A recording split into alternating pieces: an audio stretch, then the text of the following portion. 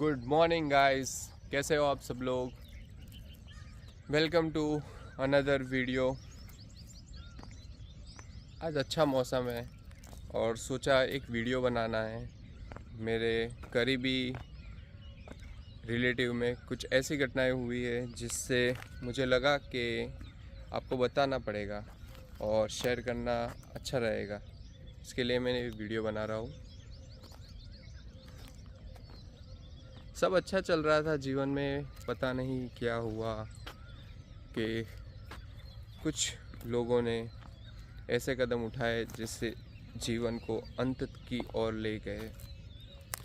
मृत्यु, जीना मरना दोनों अपने हाथ में नहीं है। वो एक ईश्वर की दी गई एक अमूल्य भेंट है। उसको स्वीकार करना चाहिए, ना कि उसका अस्वीकार करके मृत्यु को पाले। उसके बारे में ही है आज का वीडियो। आई होप आप देखें वीडियो आगे का। मुझे एक ओशो की एक बात याद आई।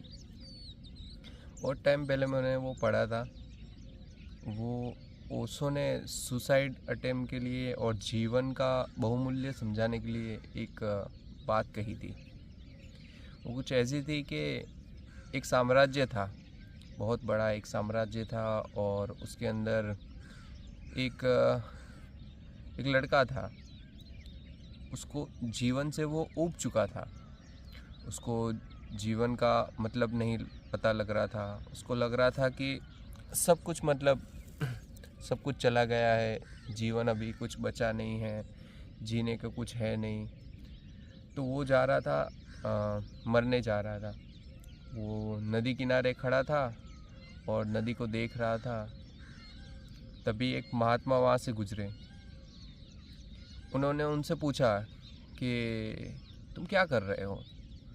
उसने बड़ी नम्रता से बताया कि मैं जीवन से ऊब चुका हूँ, मेरे जीवन में बहुत कष्ट है और तो मैं अभी जस्ट मरने जा रहा हूँ। तो उसने बोला कि ठीक है, तुम मर जाओ, लेकिन अगर तुम मर ही रहे हो तो मेरा एक छोटा सा काम है, वो तुम कर दो, उसके बाद तुम मर जाना। तो उसने बोला ठीक है महात्मा, मैं आपका एक काम कर लेता हूँ, उसके बाद मैं मर जाता हूँ। तो फिर महात्मा ने बोला कि ये जो साम्राज्य है उसका जो राजा है वो मेरा दोस्त है, तो और उसको मतलब यूनिक आइटम कलेक्ट करने का शौक़ है, ठीक है। तो उसने बोला कि तुम वहाँ पे हम चलते हैं और उसको जो जो चाहिए तुम उसको वो दे दो, फिर बाद में तुम मर जाना, ठीक है। फिर उसने पूछा महात्मा से कि महात्मा उनको क्या चाहिए। फिर महात्मा ने बोला कि उसको आंखें कलेक्ट करने का शौक़ है। तो थोड़ी देर के लिए वो स्तब्ध हो गया, मतलब वो घूर रहा था, मतलब कि अभी महात्मा को क्या बोलूँ। पर वो पहले कमिटमेंट दे चुका था कि मैं मरने ही जा रहा हूँ और मुझे इस जीवन से ऊब चुका हूँ, तो मुझे बस अभी जाना है, तो मैं आपकी मदद करके ही जाता हूँ। मैंने बोला ठीक है, मैं इसके 1,00,000 रुपये तुम्हें देता हूँ और तुम अपनी आंखें मुझे दे दो। फिर वो ऐसे सोच में पड़ गया कि आंखें देनी है मुझे। फिर उसने बोला नहीं, मैं नहीं दे पाऊँगा। फिर राजा ने बोला 10,00,000 रुपये ले ले। फिर उसने बोला नहीं, तब भी मैं नहीं दे पाऊँगा। तो फिर वो ऋषि मुनि थे, उन्होंने बोला कि तेरे पास इतनी सारी कीमती चीज़ें हैं, तो अभी सोच कि तेरी आँख के लिए ही ये 1,00,000 रुपये दे रहे हैं, तो अभी बाकी सारा सब कुछ बाकी है, शरीर का काफ़ी सारा हिस्सा भी बाकी है।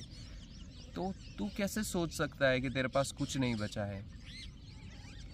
जो तुझे ये मनुष्य अवतार मिला है, ये जो हाथ पैर आंखें जो मिली है, उसका आदर सत्कार कर। ईश्वर ने जो हमें दिया है, हमें उसका मूल्य करना चाहिए। कभी ये सोचा है कि अगर आंखें ना होती तो तुम ये इतना अद्भुत दृश्य, ये कुदरती सौंदर्य, ये मेघधनुष, ये सब कैसे देख पाते। पता है, जब कोई चीज़ नहीं होती है ना, तब हमें उसका एहसास होता है कि जिसके पास आंखें नहीं है, आप उसको जाके पूछो कि आंखों की अहमियत क्या होती है, वो आपको बताएगा और वो चाहेगा कि जीवन में एक बार मुझे देखने का मौका मिले। और जब हमको मिल रहा है तब हम सोच रहे हैं कि इसका कोई मूल्य नहीं है। अंततः ओशो कहना चाहते थे कि जो चीज़ है, जो चीज़ अपने पास है, उसका मूल्य आंको, उसको समझो, उसका धन्यवाद अदा करो। आपको पता है, अगर आपके पास पैर नहीं होते तो आप चल नहीं सकते थे, ये दुनिया घूम नहीं सकते थे। ये जो आवाज़ आ रही है पीछे से, ये जो मधुर कोयल की आवाज़ आ रही है, कान नहीं होते तो आप सुन नहीं पाते। ठीक, मतलब वही है, जो चीज़ है अपने पास उसको हमेशा से इम्पोर्टेंट दीजिए।